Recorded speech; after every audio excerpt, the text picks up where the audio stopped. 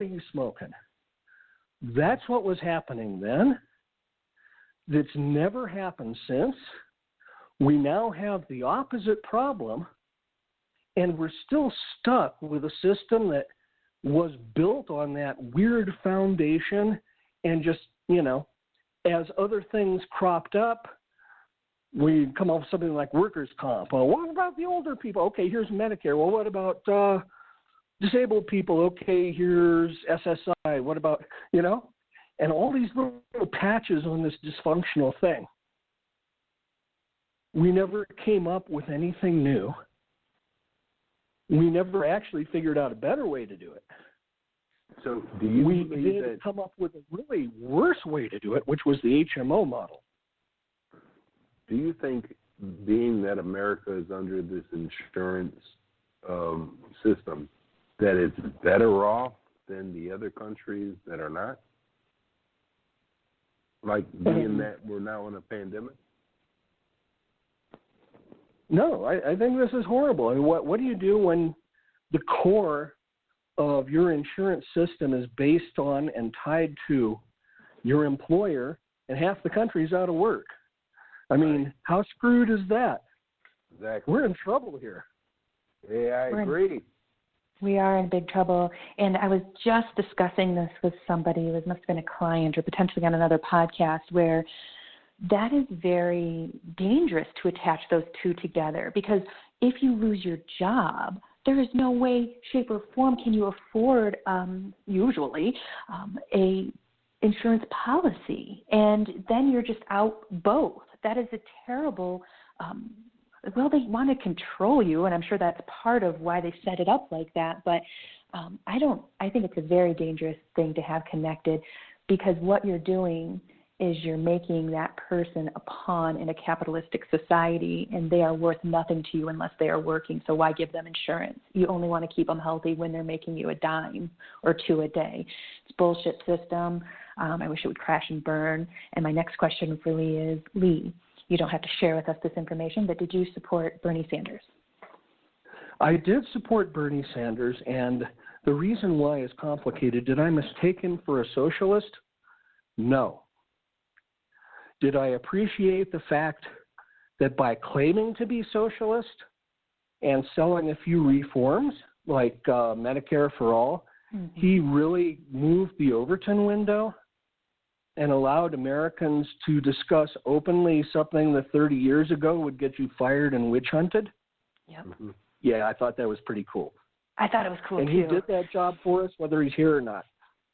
I agree. And on one of my other podcasts, this lovely 70-year-old astrologist in Northern California, and I do this show, it's called Political Star Talk, and she was talking about how important to understand that the movement's there. Whether he gets presidency or not, there's a push and a movement toward what I would consider a better existence. So he definitely did his job, and he's going to continue doing his job, and I appreciate his work. I was wondering if you did. I figured you did.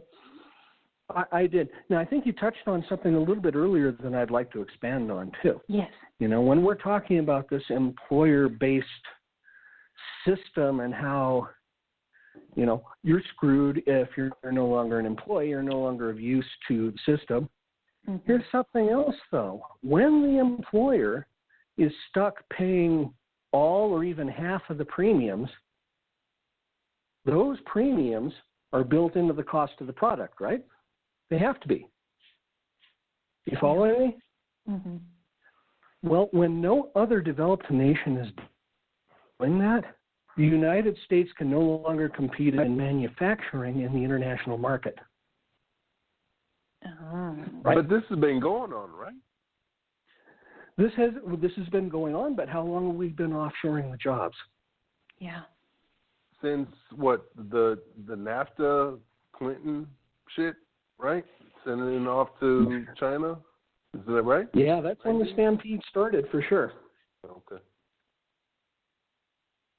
So, I mean, if what can we do about what has already been, where I see us right now is that we're in a dark place because of all that shit that has happened.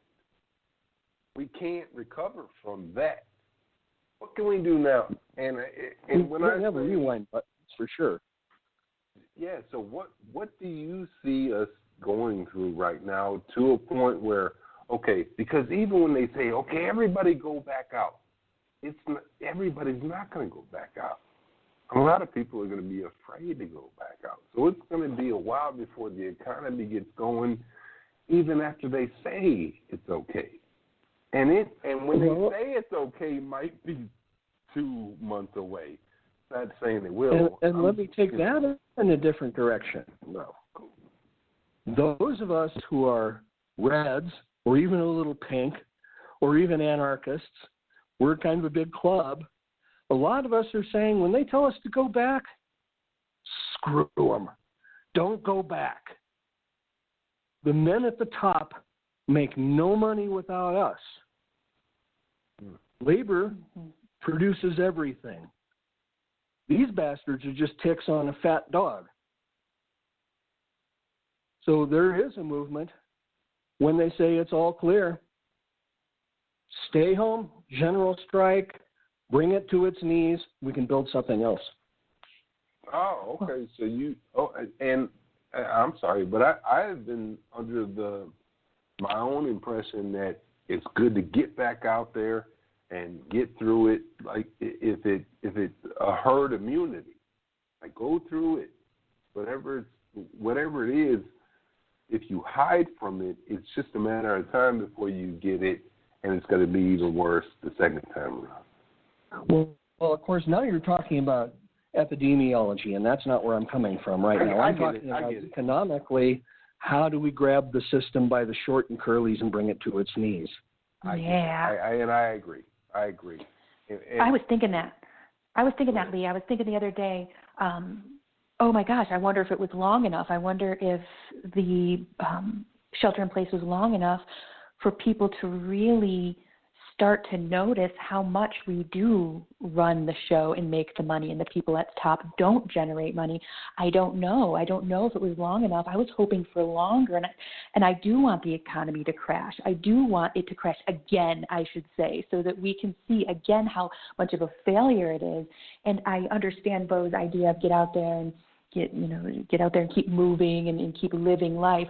But if you wanted to, and it was of your nature to want to tear down a construct, there's that general strike that Lee was talking about, which is don't go back. I don't plan on going back. I just got the confidence to fully remotely make all my money at home as opposed to going out and doing manual labor, deep tissue massage, which is fine if you're 25. I'm 42 now. I would prefer not to do all that heavy labor anyway, but point being, I'm not going to go back out there, and I'm going to join this strike that you speak of because I don't want to participate in the economy that is killing and pillaging my people. Yeah, but the problem with that is that the majority of people do not have money, and they don't have even a means to get this money. So it's going to get to a desperate level. So hell yeah. Desperation. I hope so. I mean, okay, if it gets to a desperation level, where do you see it being more of a beneficial than a detriment? The desperation? Because it's going to be desperation. It's absolutely going to be desperate. In the next 6 months, the longer we take to get out there, the more people fall into a hole, the more people get desperate for food. But they're never not in a hole anyway, working 60 hours a week. That's kind of what we're I think where we're coming from. How 60 hours a week? Who is doing that? A lot of people. The vast majority of people are not working. Yeah, I know. And when they do go back to work, people are doing 60 hours a week. Because essential work, the jobs that have been created over the last 15 years are bullshit jobs. Yeah. So they're working 3 jobs at a time, sleeping when they can, and we're like, yeah, job growth, baby. Right? No, it's crap. Yeah, it's a terrible way of life. So they have no reason not to revolt. I'm saying we're getting to a point where it's going to be crazy. I mean, to a point where it's like, okay, I didn't realize I was signing up for this. Yeah, you did. No. And it has to be. It has to get crazy. Lee, I'm sorry. Go ahead. We keep cutting you off. Lee, what do you got? No, that's quite all right. I was going to say that what we're coming up against, we can speed it up. We might be able to slow it down, but we can't stop it. The definition of unsustainable doesn't just mean you shouldn't do it. It means you can't keep doing it. You can't. We've been at something now for a long time that we can't keep doing. And it's falling apart in our hands now. I didn't foresee it happening because of a virus, but then my crystal ball's always been for shit.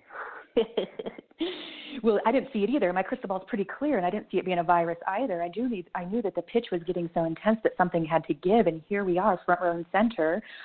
In some of my spiritual understandings, you pick the time frame you come in, and you pick the womb you come out of. So I knew that I was coming in for a battle. I just didn't know what it was, and here I am ready to salute any leader who's interested in breaking down constructs, or any person interested in breaking down constructs. I feel that in my bones, all of us on the line here, plus millions more, specifically incarnated in this timeline, to be here when the shit hits the fan, and to be here with wisdomatic knowledge in our minds so that we can pick up the pieces and build a more sustainable, beautiful, functioning existence. Am I a dreamer? Yeah, but I'm certainly not the only one. There's lots of us, and we can band together. I think we will. I just don't know when. I didn't know it was going to happen this quick. I figured we'd keep capitalism around for a little while longer, but I think it's got its end day. It is heading for a crash of such massive proportions.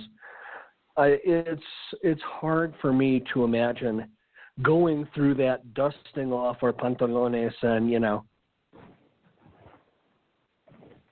and just start right back up, from scratch. Did we lose Lee? Are you there, Lee? I'm here. Can you hear me? I can hear you. I think we might have lost Lee, or he went on mute, so we'll see if he shows back up here in a second. Okay. Yeah, this is a very interesting time, and there's no doubt in my mind that this is a very shifty opportunity to build something more sustainable. And what I want to touch back a little bit on what we were talking about earlier was that I understand that there are people suffering, and I understand that people are going without right now, and I understand that we were 2 paychecks away from not retirement, the opposite, bankruptcy. Bankruptcy. Smooth sailing. No, okay. What's the other one? Oh, sinking. Oh, yeah, sinking. Yes. 2 from sinking, right. But, this is a time of shifting and changing, and if we want to build a better structure, there's going to have to be some uncomfort. When you shift and change and go from something dramatic like capitalism to a more socialistic experience, there is going to be pain. It's a birthing and a growth. Lee, do we have you there, Lee? Oh, bummer. I think we might have lost Lee. You know what I would love to see? I would absolutely love to see everybody start growing their own food. Yes. Almost to an obsession, and maybe even to an obsession, where everybody was solely focused on growing food, growing plants, wherever they went, that was their main focus. Like, they didn't even care who was around them saying what. They were like, okay, what can I grow? What can I grow? Where can I grow it? Everybody was focused on planting a seed. If we got to that mentality, that mindset, food would be abundant. There would be no scarcity, or even a thought or a mental lack of. And even if there was okay, they're coming at you for rent and this, okay, but I don't have to really work really hard because all I have to pay for is my lodging. Hey, can you hear me now?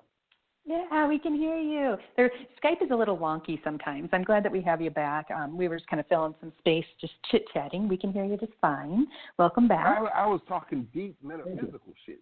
He was not even close to talking deep esoteric.